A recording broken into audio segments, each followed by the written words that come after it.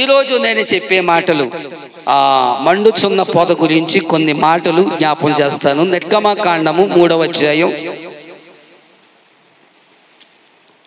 నిర్గమకాండము 3వ అధ్యాయం మొదటి నుండి 4 వచనాలు మనం చదువుకుందాం. ఎక్కడి నుంచి?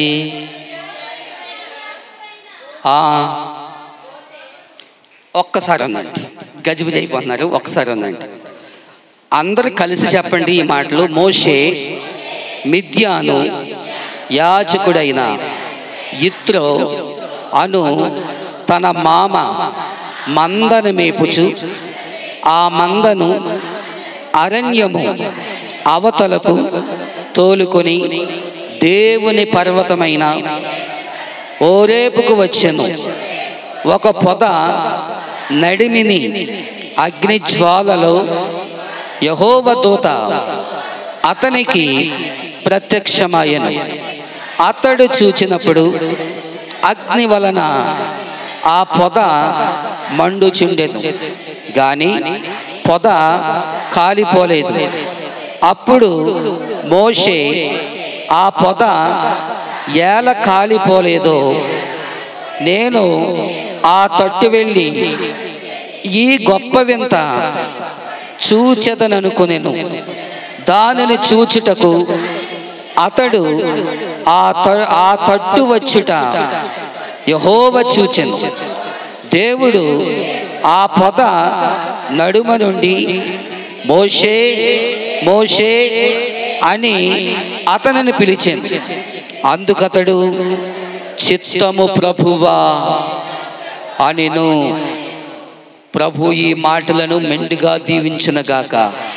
ప్రార్థన. మా పరమ తండ్రి, మా యేసు ప్రభువా, నీ పరిశుద్ధమైన పాద సన్నిధులు స్తోత్రాలు. చదవబడిన వాక్యమును బట్టి వందనాలు నాయన. ఈ వాక్యములో శ్రేష్టకరమైన మాటలు, మా జీవితాలకి ప్రయోజనకరమైనటువంటి మాటలు మీరు మాకు దయచేయండి.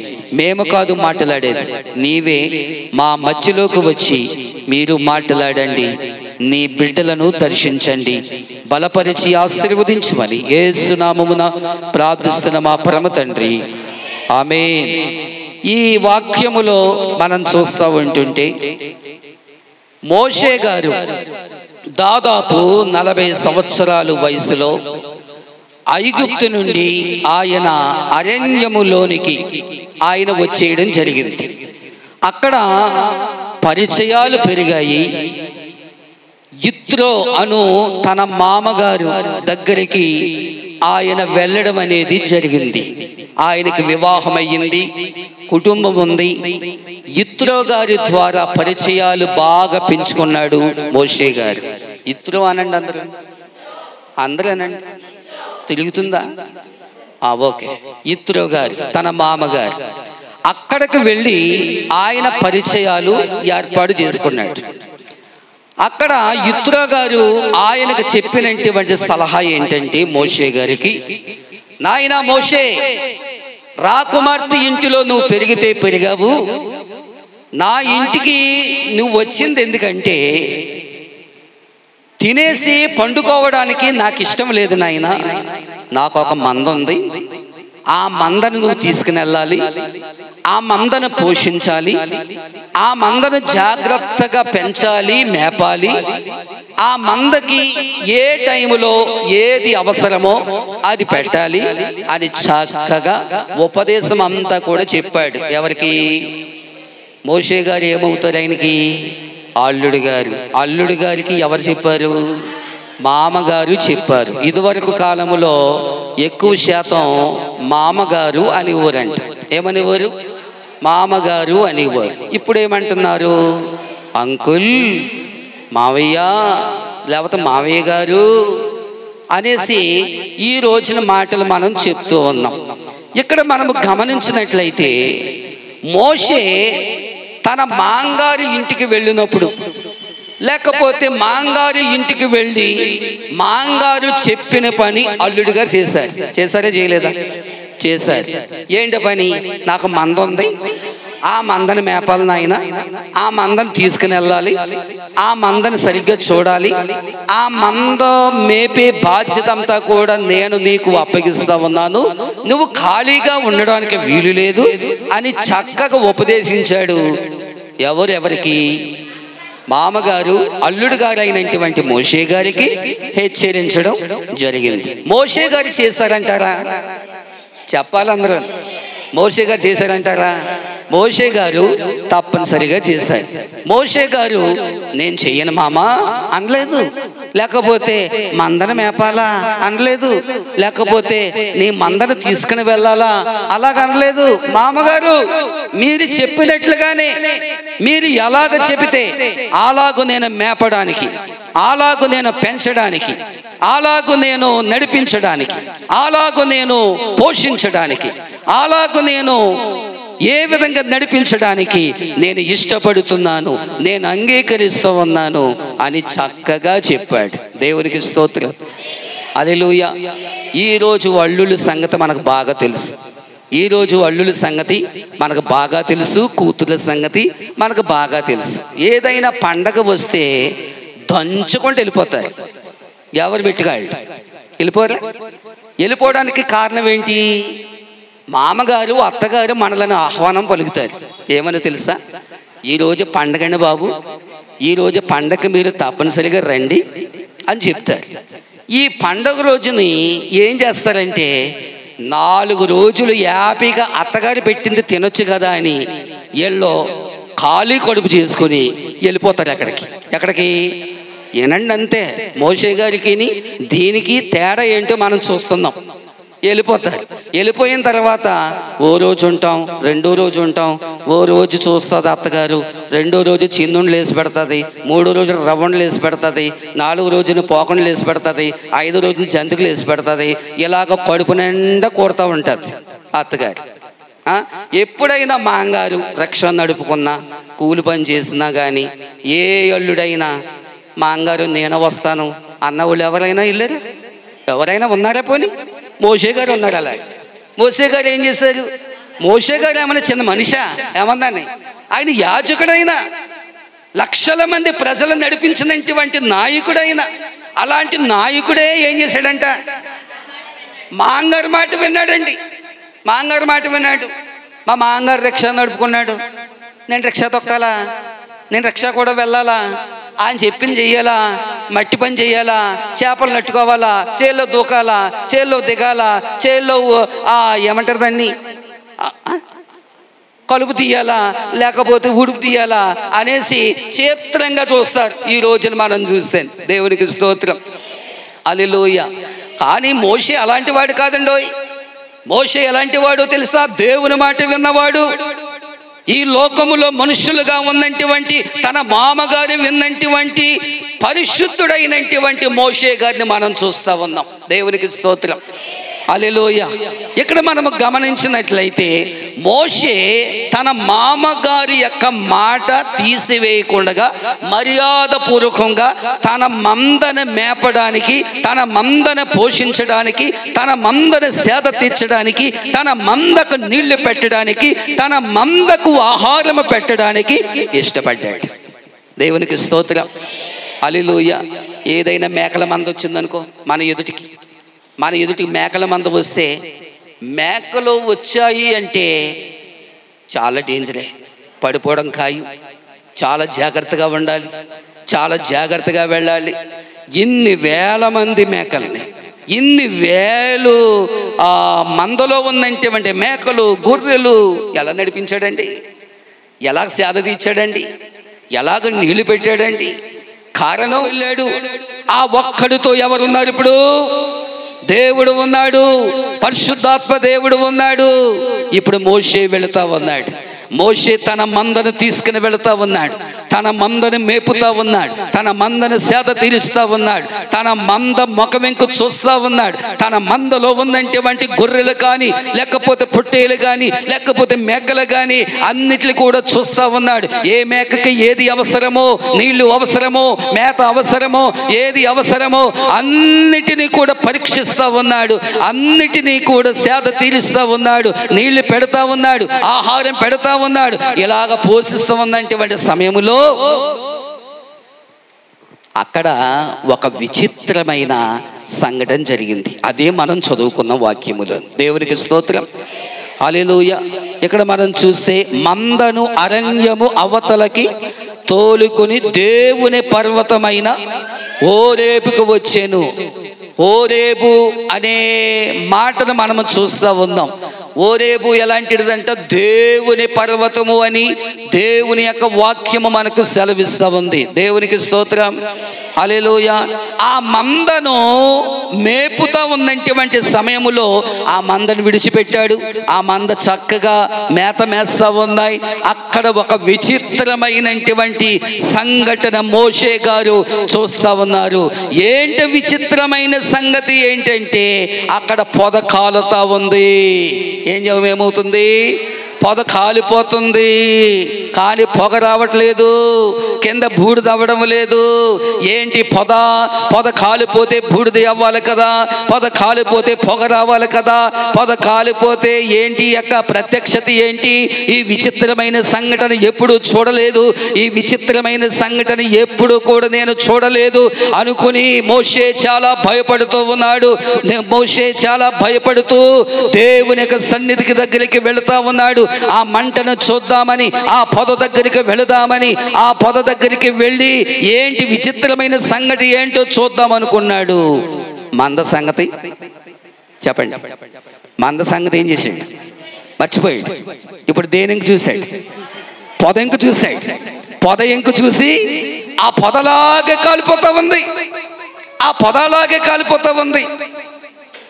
భోగి పండుగ రోజుని బోల్డ్ మంటలు కనబడతాయి మనకి, అవునా కదా? అవునా? భోగి మంటలకి ఏం కనపడతాయి మనకి?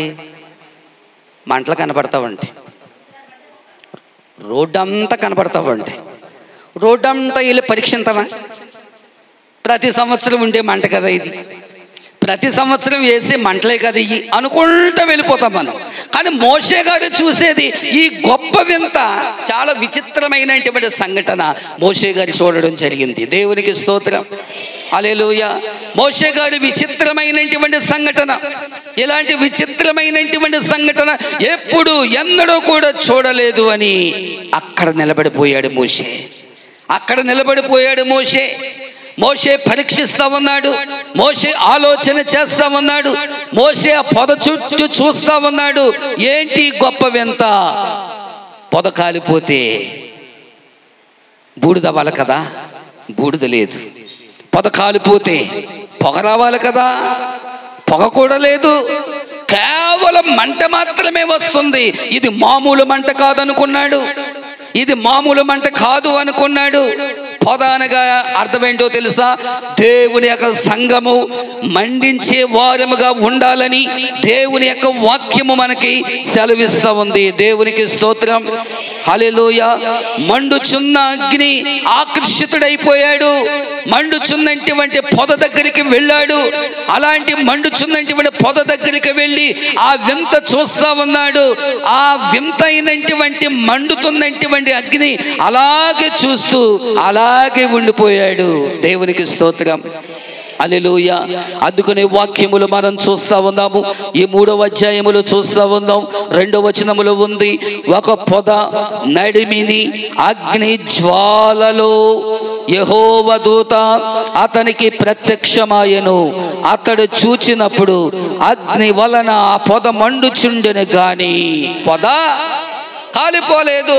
దేవునికి స్తోత్రం, హల్లెలూయా. పొద కాలిపోలేదంట, పొగ రాలేదంట, క్రింద బూడిద ఏమాత్రము లేదు అంట. ఇది ఎలాంటి అగ్ని? ఎప్పుడైనా మనము చూడగలిగామా?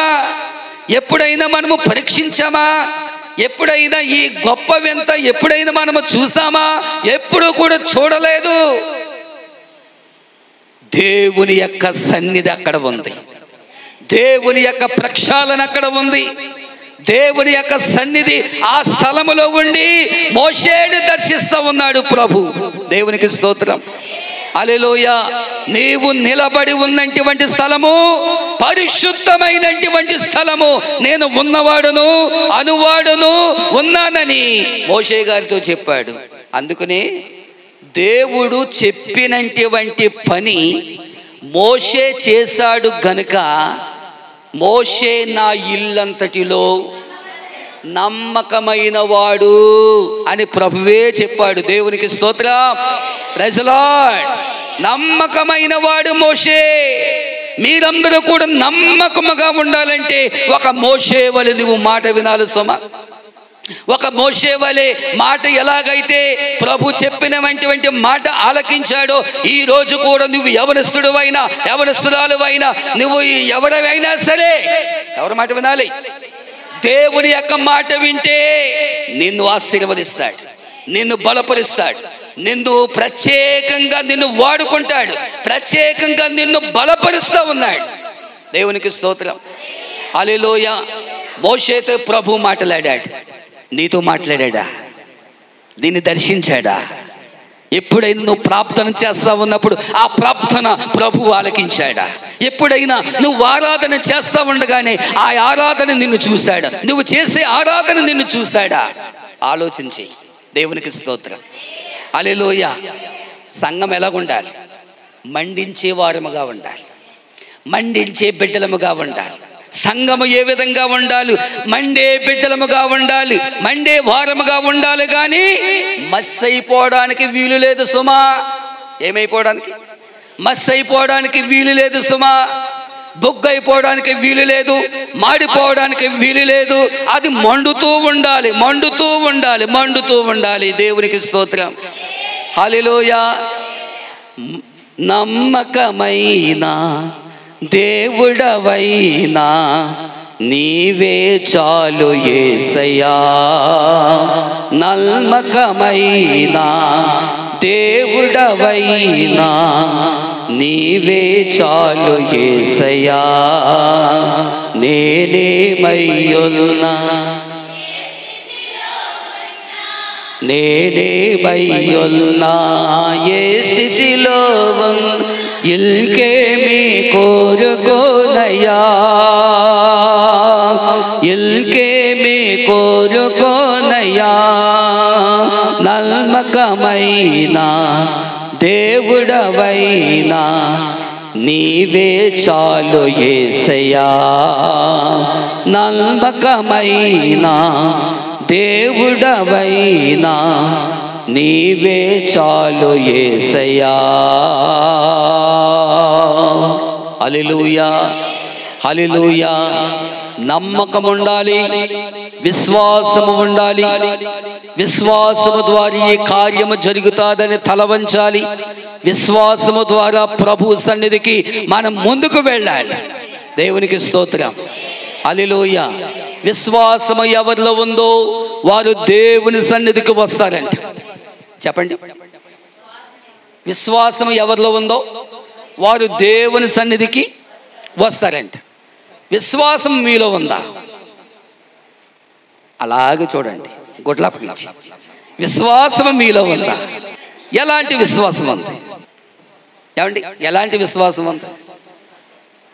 కిరణ్ రాజు వచ్చాడా? రాలేదు కదా. మంగళవారం చేతులు నమస్కారం పెట్టి ప్రార్థన చేయండి, నా కూతురు గురించి ప్రార్థన చేయండి అని బ్రతిమలాడుతూ ఉన్నాడు. మీలో ఎంతమంది వస్తున్నారు మంగళవారం? అదే విశ్వాసం. చెప్పండి. విశ్వాసం ఉన్న వాళ్ళేమో దేవుని సన్నిధికి వస్తున్నారు. మంగళవారం స్టోరీ చెప్తున్నాను. విశ్వాసం లేని వాళ్ళేమో చెప్పండి. అది సంగతి. విశ్వాసం లేని వాళ్ళు ఎక్కడ ఉన్నారు? ఇంటి దగ్గర ఉన్నారు. పోనీ ఇది ఏమన్నా ఆల్రెడీ ప్రేయరా? ఎన్ని గంటల దాకా జరుగుతుంది? 10 గంటల దాకా జరుగుతుంది. 10 గంటల దాకా ప్రార్థన చేయడానికి మీకు అసలు పర్మిషనే లేదా? 10 గంటలు ప్రార్థన చేయడానికి మీకు అవకాశమే లేదా? ఉంది అవకాశం, ఉంది అవకాశం. పేతురు గారు చూడండి, ఆయన విశ్వాసం అంట పడవలో ఉన్నంత వరకు దంచేసింది విశ్వాసం. ఎప్పుడైతే నీటిలో దిగాడో ఏమైంది? అనుమానం అనే విశ్వాసం, అల్పమైన విశ్వాసం ఆయనలో ఏర్పడిపోయింది. ఆ విశ్వాసము కాస్త తగ్గిపోయింది. ఆ విశ్వాసము కాస్త నీటిలో మునిగిపోయింది. కారణం ఏంటో తెలుసా?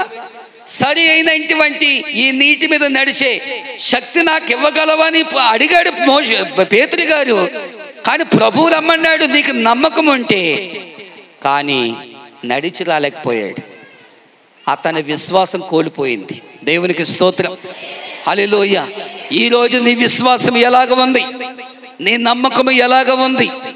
విశ్వాసము ద్వారా నువ్వు ప్రార్థన చేస్తే, విశ్వాసము ద్వారా నువ్వు ముందుకు వెళితే, విశ్వాసము ద్వారా దేవుడి యొక్క ప్రణాళికను నువ్వు వెంబడిస్తే కాక నువ్వెప్పుడు కూడా అంత కార్యాలు నువ్వు చూడలేవు.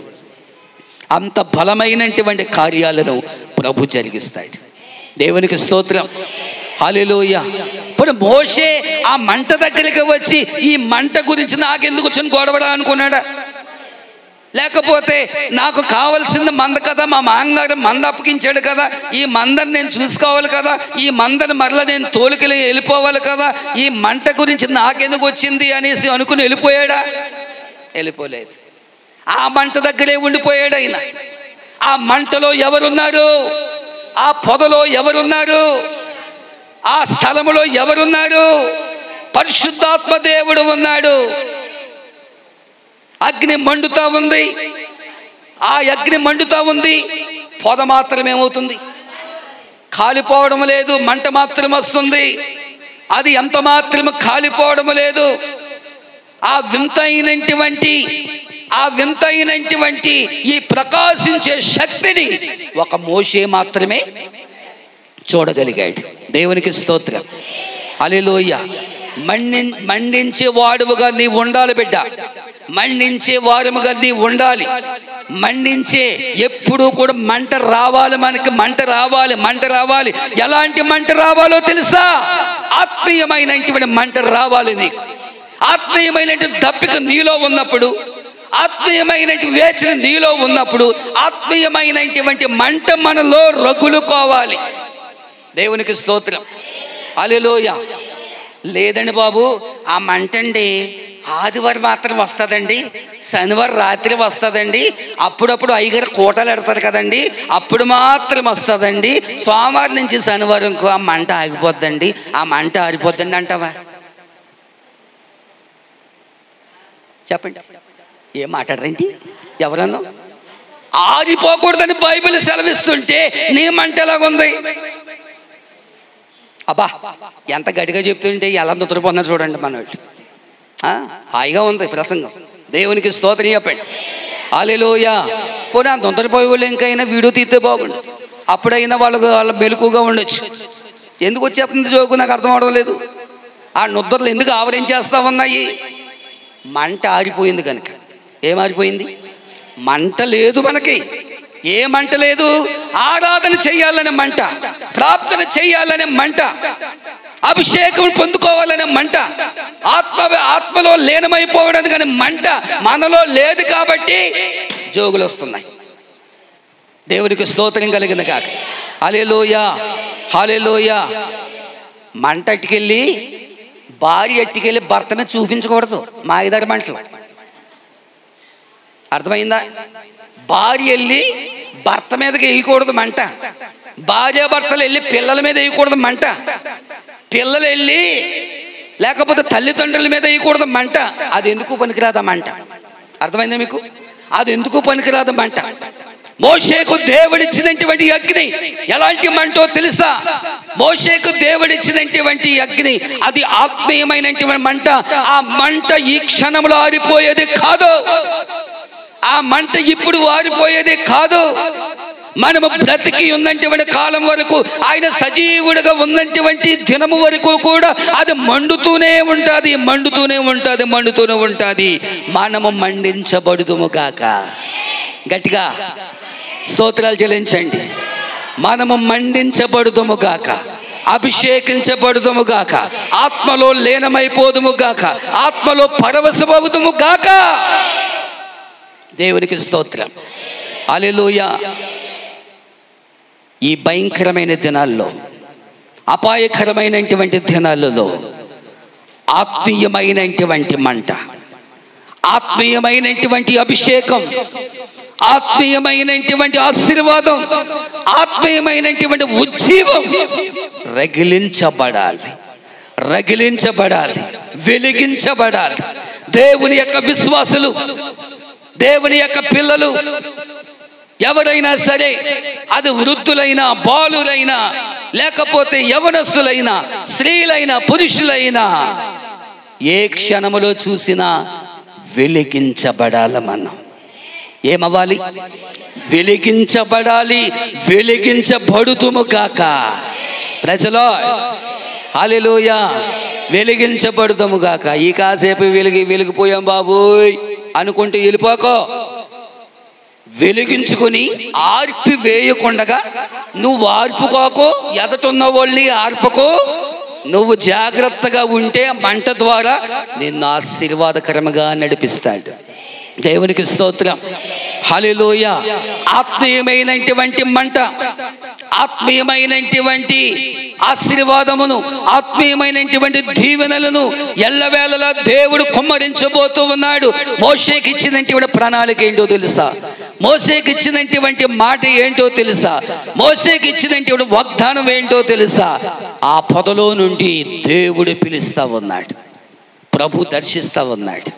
మోషే, మోషే, నీవు నిలబడి ఉన్నటువంటి ప్రదేశం పరిశుద్ధమైనటువంటి స్థలము. నీ పాదాలు చెప్పులు విడువము మోషే.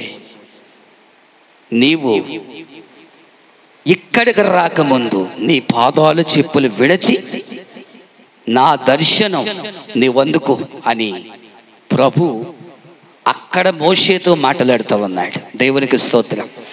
హల్లెలూయా. ఎంత నిజమైనటువంటి ఆశీర్వాదం, నిజమైనటువంటి దీవెన. అగ్ని ఊరుకుంటుందా? అగ్ని ఊరుకుంటుందా? ఒడిలో వేసుకుంటే ఊరుకుంటుందా? చేతిలో వేసుకుంటే ఊరుకుంటుందా? అది ఊరుకోదు. దేవునికి స్తోత్రం. హల్లెలూయా. ఎబ్రీయులకు రాసిన పత్రిక తీయండి.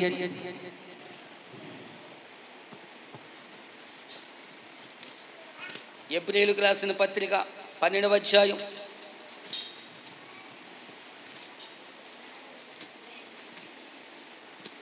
12వ అధ్యాయంలో ఒక మాట ఉంది. 12వ అధ్యాయం 29వ వచనం చదవండి. అందువలన మనము నిశ్చలమైన రాజ్యమును పొంది దైవ కృప కలిగి ఉందము. ఆ కృప కలిగి వినయ భక్తులతో దేవునికి ప్రీతికరమైన సేవ చేయదము. యాలయనగా మన దేవుడు దహించు అగ్ని అయి ఉన్నాడు. దేవునికి స్తోత్రం. హల్లెలూయా. ఎలాంటి వాడు? దహించు అగ్ని అయి ఉన్నాడు ఆయన. దహించు అగ్ని అయినా ఆయన మించినటువంటి అగ్ని ఏదైనా ఉందా చెప్పండి? సూర్యుని చూడగలమా? పోయిన పొయ్యిలో వేసుకున్నటువంటి అగ్ని మనము ఒళ్ళో కానీ చేతిలో కానీ వేసుకోగలమా? కొంతమంది ఏమంటున్నారు, అగ్ని ఏమనుకుంటున్నారండి మీరా? అగ్ని దేవుడండే, మీకేం తెలుసా అంటున్నారు. అగ్ని దేవుడా అయితే ఒళ్ళు వేసుకో, చేతిలో పెట్టుకో, దేవుడే కదా నిన్ను కాపాడతాడు, నీ మొరాలకెంతాడు. పిచ్చి మాటలు ఇవన్నీ. దేవునికి స్తోత్రం చెప్పండి. హల్లెలూయా. తెలియనటువంటి మాటలు ఇవన్నీ కూడా. అగ్ని ఊరుకోదు, నిలువెల్ల కాల్చి వేస్తారు. యేసయ్యలో ఉన్నటువంటి అగ్ని ఎలాంటి అగ్నో తెలుసా? ఆయనలో ఉన్నటువంటి అగ్ని ఎలాంటి అగ్నో తెలుసా? ఆయన దహించు అగ్ని అయి ఉన్నాడు. దహించు అగ్ని వలె మనలను ఆయన చూస్తా ఉన్నాడు. దేవునికి స్తోత్రం. హల్లెలూయా. ఎంత మంచి మాటలు పరిశుద్ధాత్మ దేవుడు మనకు తెలియపరుస్తూ ఉన్నాడు. ఇంకా మనం చూస్తూ ఉంటుంటే వాక్యములోను లేవియ కాండంలోనికి రండి. 6వ అధ్యాయం 6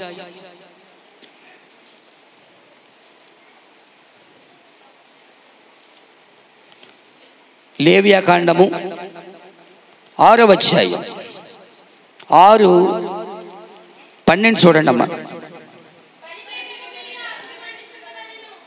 6:12 రైట్, చదవండి. బలిపీఠము మీద అగ్ని మండుచుండవలెను, అది ఆరిపోకూడదు. ప్రతి ఉదయమున యాజకుడు దాని మీద కట్టెలు వేసి దాని మీద దహన బలి ద్రవ్యమును ఉంచి సమాధాన బలియగు పశువు క్రొవ్వును దహింపవలెను. బలిపీఠం మీద అగ్ని నిత్యము మండుచుండవలెను, అది ఆరిపోకూడదు. దేవునికి స్తోత్రం, హల్లెలూయా. ఆయన దహించు అగ్ని అయ్యున్నాడు. బలిపీఠం మీద అగ్ని ఎప్పుడూ కూడా ఆరిపోకూడదు. అంటే దీనికి అర్థం ఏంటి? నీలో ఉన్నటువంటి అగ్ని ఆరిపోకూడదు. ఆత్మీయంగా నువ్వు ఎదిగావంటే, ఆత్మీయంగా ఒక సేవకుడి దగ్గర నువ్వు పెరిగావు అంటే, అగ్ని ద్వారా దేవుడు నిన్ను నడిపించి ఉండగా కానీ, లేకపోతే దైవజనులు చెప్పినటువంటి మాట ద్వారా నిన్ను నడిపించి ఉన్నా కానీ ఆ అగ్ని ఆరిపోకూడదు. బలిపీఠం మీద చుట్టూ కూడా అగ్ని మండుతా ఉంది. ఏమవుతుంది? మండుతా ఉంది, మండుతా ఉంది, మండుతా ఉంది. ఇలాంటి మండుచున్న అగ్ని దగ్గరికి సాతానుగాడు రాగలడా? చెప్పండి, సాతానుగాడు రాగలడా? రాలేడు. వాడికి దమ్ము లేదు. దేవుని యొక్క రక్తములో కడగబడి ఉన్నటువంటి విశ్వాసముగా ఉండి దేవుని యొక్క సన్నిధిలో ఏ విధంగా ఉండాలంట? నాలో ఉన్నటువంటి అగ్ని యేసయ్యా, నాలో ఉన్నటువంటి అగ్ని ఆరిపోకూడదు. నాలో ఉన్నటువంటి అగ్ని ప్రకాశించాలి. నాలో ఉన్నటువంటి అగ్ని నిత్యము నిరంతరము కూడా నాలో ఉజ్జీవింప చేయాలి, నాలో మండించాలి, నాలో ఉజ్జీవ జ్వాలలు రగిలించబడాలి అని దేవుని యొక్క వాక్యం మనకు సెలవిస్తూ ఉంది. దేవునికి స్తోత్రం కలిగిన గాక. యేసయ్యా, ఈ దినమందు పరిశుద్ధాత్మ దేవుడు మనందరితో మాట్లాడుతూ ఉన్నాడు. ఆ పరిశుద్ధాత్మ దేవుని యొక్క అగ్ని బలిపీఠము చుట్టూ, మందిరము చుట్టూ రగులుకుంటుంది. ఆ మందిరము చుట్టూ వెలిగించబడుతుంది. ఆ అగ్నిలో నీవు ఆ అగ్ని కొరకు సిద్ధపాటు కలిగి ఉన్నావా? ఆత్మీయమైనటువంటి అగ్ని కొరకు సిద్ధపాటు కలిగి ఉంటే ఇప్పుడే సిద్ధపడు. ఇప్పుడే సిద్ధపాటు చేసుకుని నీ హృదయాన్ని తెరు, నీ మనసును తెరు. దేవునికి స్తోత్రం కలిగిన గాక. హల్లెలూయా, హల్లెలూయా. ఇదివరకు కాలంలో నుండి పరిశుద్ధాత్మ అభిషేకం పొందుకుంటుంటే మందిరములోనికి వెళ్ళడానికి కూడా భయపడేవారు విశ్వాసులు. వినండి జాగ్రత్తగా.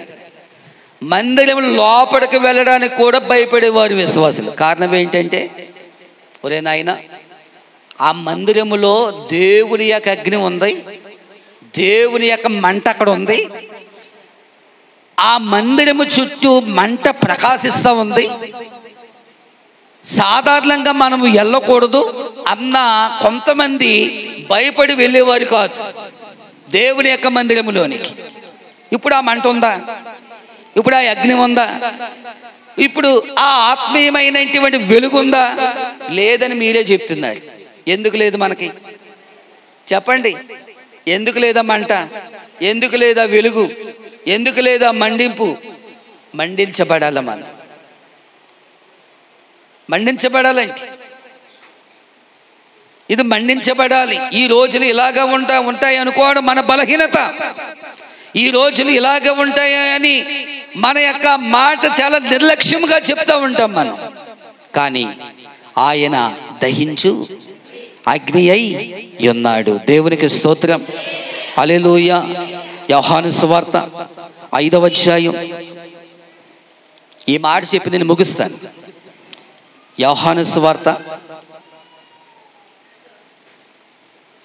5వ అధ్యాయంలోను 35వ వచనం చూడండి. అతడు మండుచు ప్రకాశిస్తున్న దీపమై యుండెను.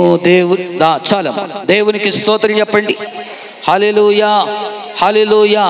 అతడు మండుచు ప్రకాశిస్తా ఉన్నాడు. ఎవరండి? ఎవరు? అది ఎలా చెప్పండి? బాప్తిస్మిచ్చి యోహాను ఏం చేస్తా ఉన్నాడు? మండుతూ ఉన్నాడంట. ఇంకా ఏం చేస్తున్నాడు? ప్రకాశిస్తా ఉన్నాడంట. ఆ మంట ఎప్పుడు దాకా ఉంది యోహాను గారికి? ఆయన బ్రతికిన కాలం అంతా కూడా ఎలా బ్రతికాడు? ఆత్మీయమైనటువంటి మంట ద్వారా బ్రతికాడు. ఎవరైనా తప్పు చేస్తే ఆ తప్పు చేసిన వారిని ఖండించాడు ఆ మంట ద్వారా. ఆ ఆత్మీయమైనటువంటి మంట ద్వారా ఎవరైనా పొరపాటు చేస్తే, ఎవరైనా తప్పు చేస్తే మీరు మారు మనసు పొందండి, మీరు రక్షణ పొందండి, పాప క్షమాపణ పొందండి చెప్పినటువంటి ఏకైక వీరుడు ఎవరు అంటే బాప్తిస్మిచ్చి యోహాను. బాప్తిస్మిచ్చి యోహాను ఎలా ఉన్నాడంట? మండించబడ్డాడు, వెలిగించబడ్డాడు, ప్రకాశిస్తా ఉన్నాడు. మండించబడాలి. ప్రైజ్ ది లార్డ్, హల్లెలూయా. ఏం చేయాలి? మనము మండించబడాలి. మన ఇంట్లోకి వెళ్ళినప్పుడు కూడా మండించబడాలి.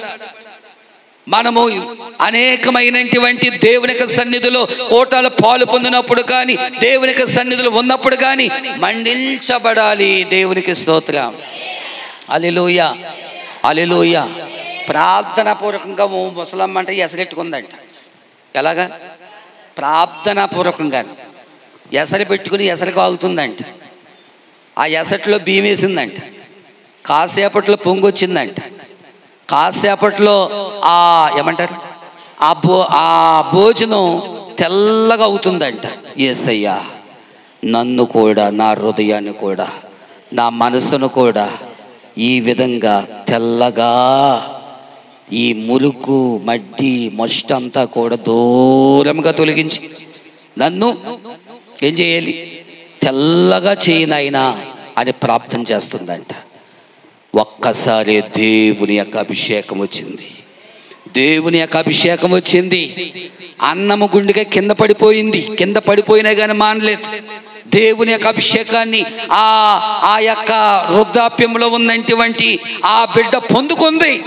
ఇది కథ కాదు, జరిగినటువంటి సంఘటన. దేవునికి స్తోత్రం, హల్లెలూయా. అలాంటి మంట మనలో ఉండాలి. అలాంటి మంట ఉండాలి మనలో.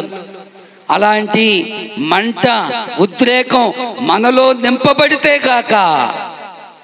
మోషే మండించబడ్డాడు. అక్కడ ఎవరు మండించబడ్డారు? మోషే మండించబడ్డాడు. ఇత్రో గారు చెప్పినటువంటి మాటలన్నీ కూడా చక్కగా విన్నాడు. ఒకవేళ ఆ మందను తీసుకెళ్ళకపోతే ఆ మంట కనబడేదా? ఒకవేళ లేకపోతే ఆ దర్శనం మోషే గారికి దొరికేదా? మాంగారు ఇంటికి వెళ్ళినందుకు, మాంగారు ఉపదేశం చెప్పినందుకు, ఆ మందను తీసుకుని వచ్చినందుకు అక్కడ దేవుని యొక్క ప్రకాశమైనటువంటి సన్నిధిని చూశాడు. చూడడమే కాక అభిషేకించబడ్డాడు. దేవునికి స్తోత్రం, హల్లెలూయా. నీవు అభిషేకించగలవా? అభిషేకం నీలో ఉందా? ఆత్మీయమైనటువంటి మంట నీలో ఉందా? పరిశుద్ధాత్మ దేవుడు అడుగుతూ ఉన్నాడు. కళ్ళు మూయండి, ప్రార్థన చేద్దాం. యేసయ్యా, నా హృదయాన్ని తట్టు నాయనా, నా హృదయాన్ని మరొక్కసారి బలపరిచి యేసయ్యా, మరొక్కసారి మండించు, మరొక్కసారి వెలిగించు, మరొక్కసారి నాయనా ఆత్మీయమైనటువంటి దప్పిక, ఆత్మీయమైనటువంటి దాహము, ఆత్మీయమైనటువంటి ఆకలి. ఆత్మీయంగా నేను ఎదగాలంటే, ఆత్మీయంగా నేను ఉజ్జీవింపబడాలి అంటే, ఆత్మీయంగా నేను నీ సన్నిధిలో ఉజ్జీవింప చేయాలి అంటే మోషే దేవుని మాట విన్నాడు. ఈ పగటి వేళ దినమందు దేవుని మాట విన్నావా? దేవుని మాట వింటున్నావా? దేవుని మాట వినడానికి నువ్వు ఇష్టపడుతున్నావా? ప్రభు మనలను అడుగుతూ ఉన్నాడు. అగ్ని మండించు నాలో, అగ్ని మండించు, అగ్ని మండించు నాలో, అగ్ని మండించు, పరిశుద్ధాత్ముడా నాలో అగ్ని మండించు, నాలో అగ్ని మండించు. పరిశుద్ధాత్ముడా నాలో అగ్ని మండించు, నాలో అగ్ని మండించు. అగ్ని మండించు, నాలో అగ్ని మండించు. అగ్ని మండించు, నాలో అగ్ని మండించు. పరిశుద్ధాత్ముడా నాలో అగ్ని మండించు, నాలో అగ్ని మండించు. పరిశుద్ధాత్ముడా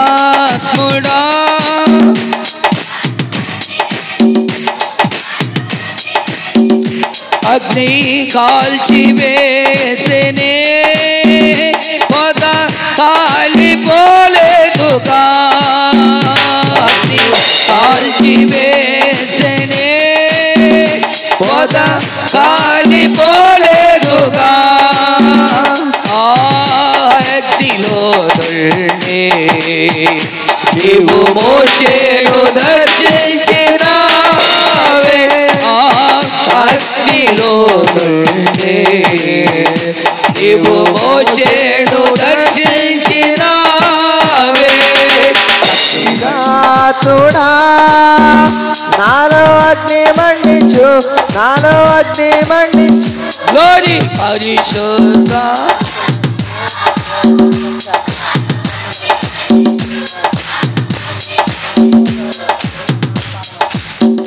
మండించు, నాలో అగ్ని మండించు, అగ్ని మండించు, నాలో అగ్ని మండించు. పరిశుద్ధాత్ముడా నాలో అగ్ని మండించు, నాలో అగ్ని మండించు.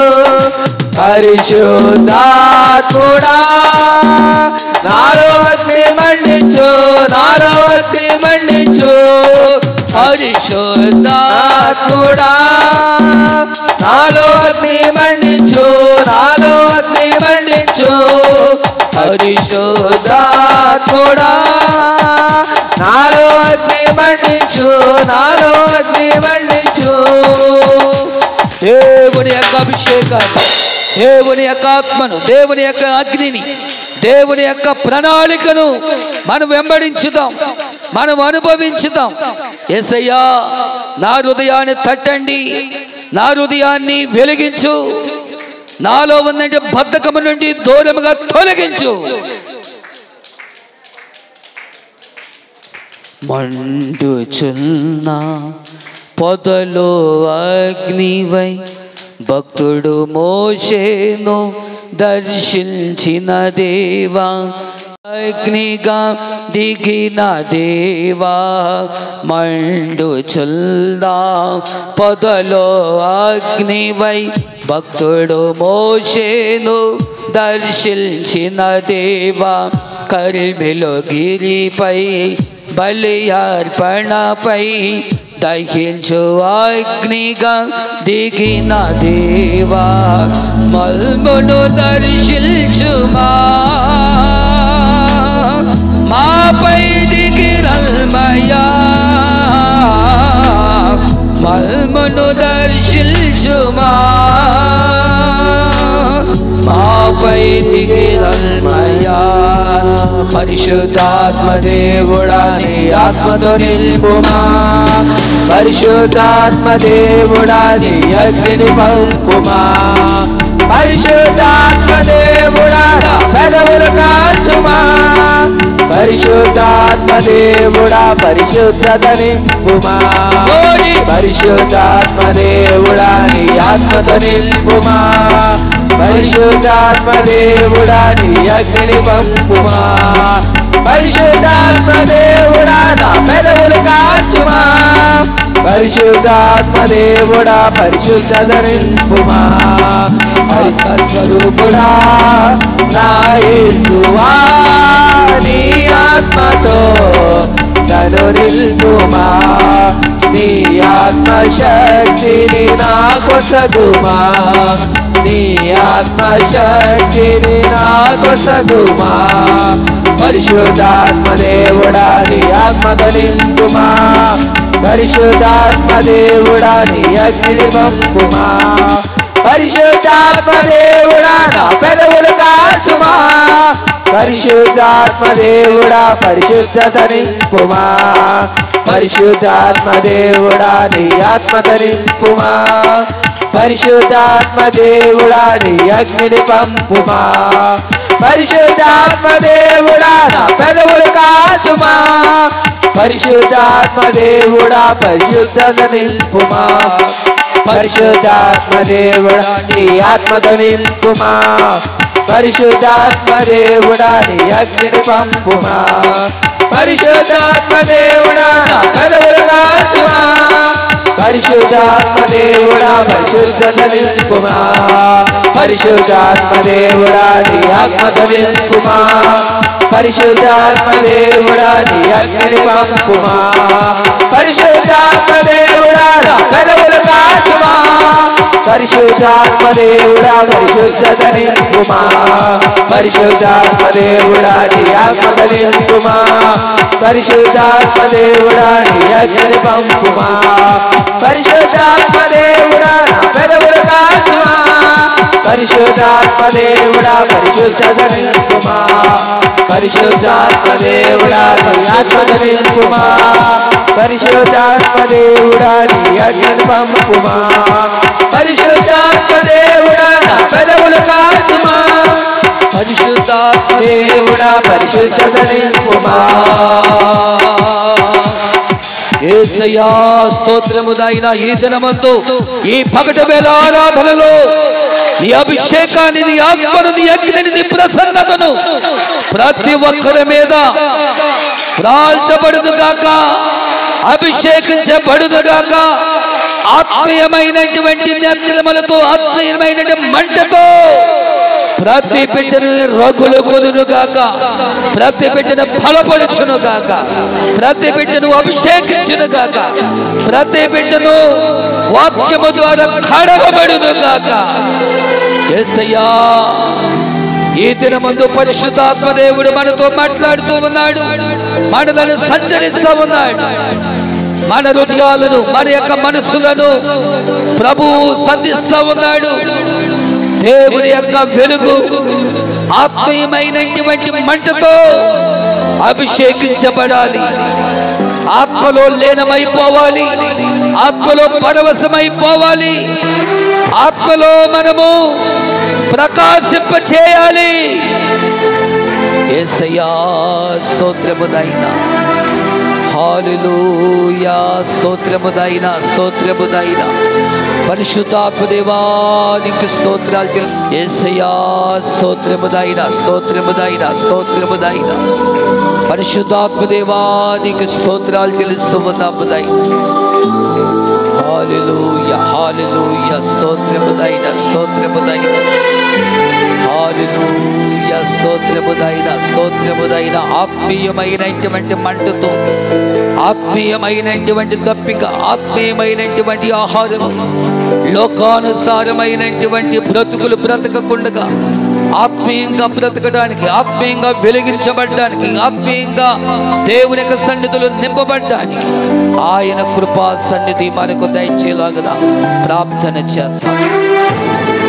ప్రార్థన చేద్దాము అందరము కూడా మౌనంగా ఉండండి చిన్న ప్రార్థన చేస్తా ఉన్నాను మా పరమ తండ్రి నీ పరిశుద్ధమైన పాద సన్నిధిలో స్తోత్రాలు వందనాలు చెల్లిస్తూ ఉన్నాము నాయనా ఈ మధ్యాహ్న కాల సమయములో మీరు మాతో మాట్లాడినందుకై స్తోత్రాలు చెల్లిస్తూ వద్దాం దైవజనుడు యాజకుడైనటువంటి మోషే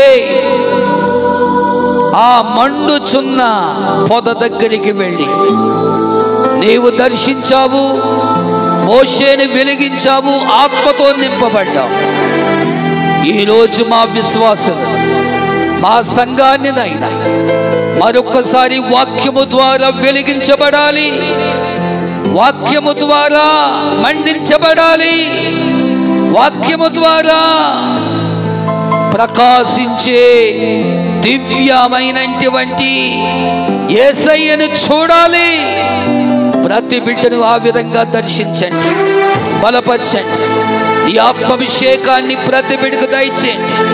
యవనస్తుల మీదకు నీ ఆత్మను పంపిస్తున్నానని సెలవిచ్చిన మా యేసయ్య, యవనస్తుల మీద నీ ఆత్మను కుమ్మరించండి, వృద్ధుల మీద నీ ఆత్మను కుమ్మరించండి, ప్రతి ఒక్కరి మీద నీ ఆత్మాభిషేకాన్ని దయచేసి నడిపించండి. నీ వాక్యానికి మేము లోబడి, నీ దాసులకు మేము లోబడి, నీకు లోబడి, నీ మాటకు లోబడి ఉజ్జీవింప రగిలించే మా దేహాలు మమ్మల్ని రక్తంతో ప్రోక్షించబడి ఉన్నటువంటి మమ్ములను కనపరచువాడా, ఈ ఆత్మ లేకపోతే ఈ అగ్ని ఇంతటితోని ఆగిపోకూడదు, ఇంతటితోని ఆగిపోకూడదు. బ్రతుకు కాలమంతా కూడా ఈ ఆత్మీయమైనటువంటి మంట మన జీవితములో రగులు కొనును కాక, మన జీవితంలో ఈ మంట ఆశీర్వాదకరముగా దీవెనకరముగా నడిపించును కాక, ఆత్మీయమైనటువంటి అభిషేకాన్ని మనకు దయచేయును కాక. యేసయ్య అట్టి విధమైన ఆశీర్వాదములు దీవెనలు ప్రతి విశ్వాసం మీద ఉంచి నడిపించి ఆశీర్వదించి మహిమ పొందండి. యేసయ్య నామమున ప్రార్థించుకొని వేడుకొనుచున్న మా పరమ తండ్రి, ఆమేన్. అందరికీ వందనాలు. సమయం ఇచ్చిన దైవజనులు నాన్నగారికి వందనాలు తెలియపరుస్తున్నాను. Thank you.